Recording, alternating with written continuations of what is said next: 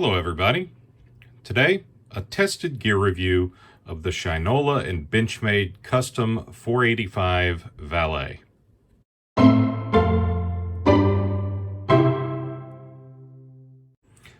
Alright, before we get into the review, let's look at some specs. The blade here is Bowler M390 steel. It has diamond wood scales. The back spacer is orange G10. It has a two-way reversible pocket clip for tip-up carry on the right or left side. It uses phosphor bronze washers, and of course, it uses Benchmade's Axis lock. Finally, it is made in the United States.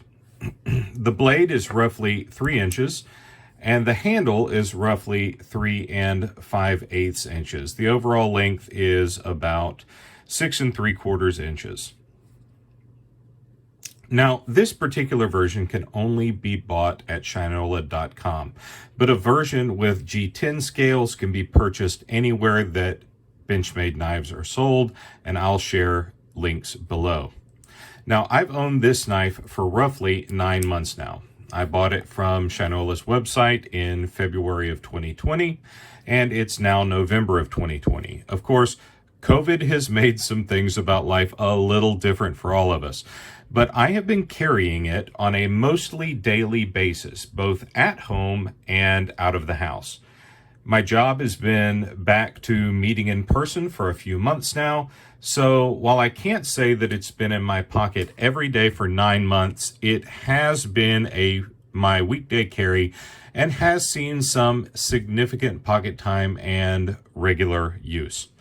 So let's look at some pros and cons of this very nice little knife. First, the pros. I have only been able to dull this blade once while cutting into a sealed plastic sleeve that contained a drill and tap set. I caught the tip of the tap with the middle of the blade.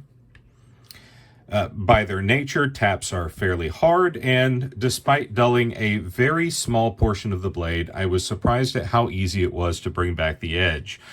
M390 has a reputation of being extremely difficult to sharpen, but since it holds an edge so well, your sharpening needs will likely be very minimal. Second, I love the scales.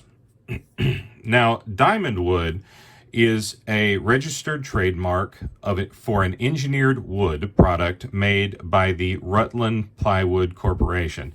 They take very thin veneers of real wood, impregnate them with resin, and then press them together in a stack. The result is a very stable wood product that is very durable. I've been carrying this knife in my right front pocket with my keys and wallet.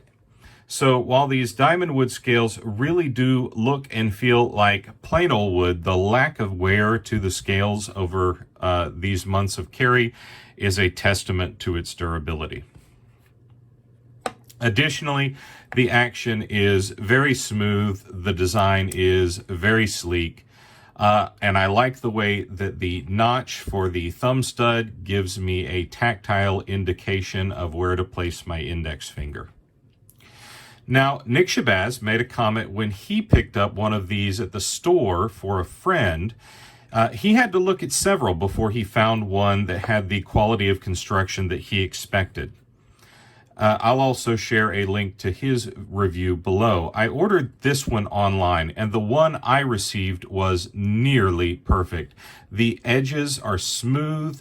The blade centering is very good. But don't get me wrong, I absolutely trust Nick's reviews. Hopefully what this means is that the quality control issue that caused his experience has simply been resolved.